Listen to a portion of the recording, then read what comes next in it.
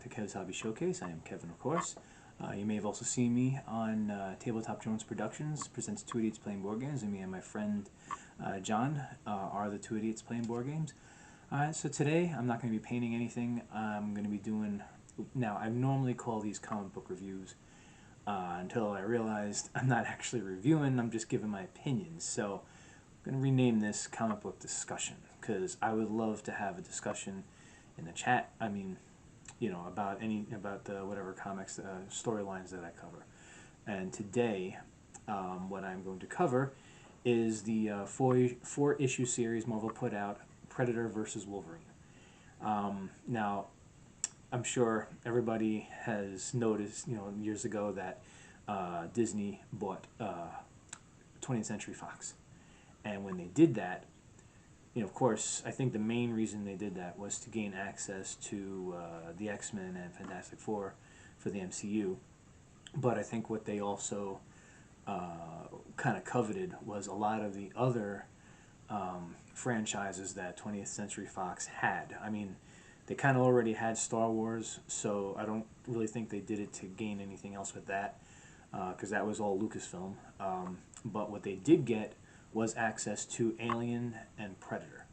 Now, so far they haven't, and Marvel has put out Alien comics. I've read them; they're pretty good.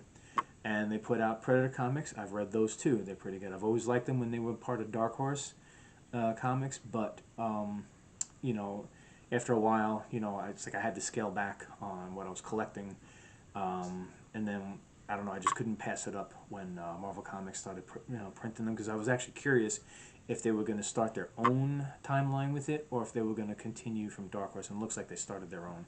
And of course, eventually, well, they haven't done Aliens versus Predator yet, but I'm pretty sure they will, because, you know, let's face it, you know, Disney, Marvel, they're not going to, you know, let something like that go without even giving it a try. But, you know, it came, I figured it was just a matter of time before they started trying to integrate it, like, you know, do like a crossover thing with their own characters. And Predator versus Wolverine was the first one. You know, so let me just bring up, you know, a few points to it. I got my notes, but I'm keeping them off camera. All right, so when the comic first starts, you basically are seeing, like, kind of like in the, you know, in the middle or during, like, basically a final battle between Wolverine and the Predator. Wolverine, you know, like, the first time you see Wolverine, he's got, you know, huge, you know, chunks of his flesh taken, you know, like, just totally missing. He's got tremendous wounds, and he's pretty much running from the Predator, realizing he's the prey, you know, instead of the hunter. So then, but of course, then what happens is that, because this battle takes place throughout the entire four-issue series, but you see little bits of it, because what they also do is they kind of have flashbacks with Wolverine to other parts of his life. Now, from Origins, we know he's from, you know, we know that he's been around since the early 1900s, possibly before that. So there's a lot of ground to cover with that. So the first excuse me, the first flashback, of course, is to, like, the early, I think actually the year 1900, when Wolverine is a young man, or possibly teenager. They didn't really specify which. And, you know, he's basically at that time in Alaska, and I think he's kind of like one of those fur traders, where he basically, you know, and, you know, so you know, you have that, and they also, you know, they kind of integrated like a little story in there where, you know, someone is asking for help, and then he goes to help them, finding out that the guy betrayed him, but then all of a sudden the guy's head disappears, and there's the Predator, and that pretty much starts off you know, the battle at that point. And then there's another point where he flashes back to when he's part of Weapon X, first when he's like with the team with Sabretooth, Maverick. They put in a few other characters. I think that they were just kind of like throwaway characters, because they pretty much died by the Predator's hand. One was a character named Cruel, which I'd never seen before, but, you know, for anybody who's seen the Predator movies, you know, he's got that razor net. So he died by that. Another one was a woman, but it wasn't Silver Fox. It had the head sheen, you know, sheared clean off.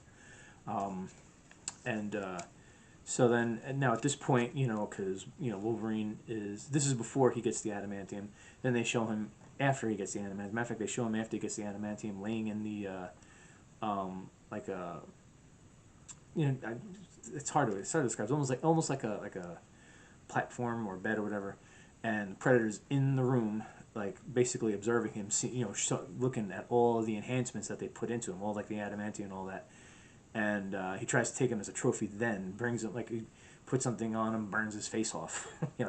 All of a sudden you just see Wolverine with a metal skull, and drags him back to his ship. Which then, of course, by then the healing factor kicked in enough that Wolverine, started fighting back. Still with with a lot of the flesh of his skull still not grown back yet. It's pretty gruesome, but it was pretty much in line with what you would normally expect from a Wolverine comic or a Predator comic. So it was pretty appropriate. And then they had a flashback to when he was training in Japan with the Murmasa blade. And then, of course, I think the last flashback was to, I think it was supposed to be his early days with the X-Men. Yeah, so they're showing, basically in the comic series, they show how it spans, like, kind of like across his lifetime up until, like, now, what would be like present day, because it was a literal final battle with the Predator, but also showed the comic did show how the Predator became obsessed with Wolverine, and kind of like did whatever he could to try to get that trophy. It's like because I think even in the writing, they were saying how Wolverine was expecting him, because Wolverine had seen the aftermath of the Predator's attacks on other people, so he knew that head and spine were part of the the trophy ritual. Excuse me. So anyway, so it showed how this Predator was obsessed with him, kept on coming back to try to get that trophy. So let's see, what else do I have here? Yeah, that's pretty much it, actually. But anyway, I mean, it's a very good read, in my opinion. So, I mean, I would recommend it for anybody who likes Wolverine comics, or likes Predator comics, or likes the movies. It is violent, very violent. I wouldn't suggest it for little kids, because it does show, at one point it does show like a bunch of people who were skinned by the Predator, some without heads, so it does have some gruesome depictions in it, but it is a good read, and they already have made it into a trade paperback. So if you can't track down all 4 issues, you could just get that, and it's, like I said, it's only 4 issues, so it's not a very long read, but it's a good one. So it's something I would recommend. So anybody out there that you love Predator, you love Wolverine, by all means, pick this one up. They did start another one, Predator versus Black Panther. I so far only have the first issue, so I guess when that one finishes, maybe I'll do a little discussion on that one as well. And I know in the past, not with Marvel but with DC, they did have a crossover with Predator and Batman. I'm pretty sure I have the trades for those. I just don't know where I have them. So when I finally find them, maybe I'll reread them, and I'll do a video on those. So, so stay tuned, and hopefully I can find those comics. So anyway, thank you for watching. Thank you for listening. Like I said, this is more of a discussion than a review. So if you have an opinion on this comic series, please put it in the comments. We can talk, and have a nice little discussion on it. I mean, just please try to have something more than, if you didn't like it, just try to have something more than, oh, it sucked, and then that was it, and then that's it.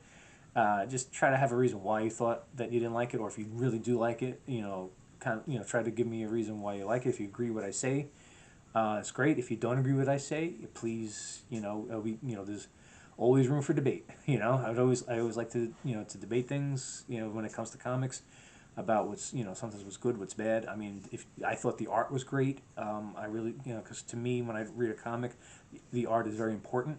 So, if you like the art, let me know. If you didn't, so it's, yeah, just, let's just start a discussion on this one.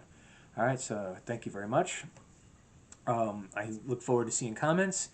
Please like, subscribe, and share. I'm trying to get this to as many people as possible. And have a great day, and take care of yourselves. All right, and happy reading.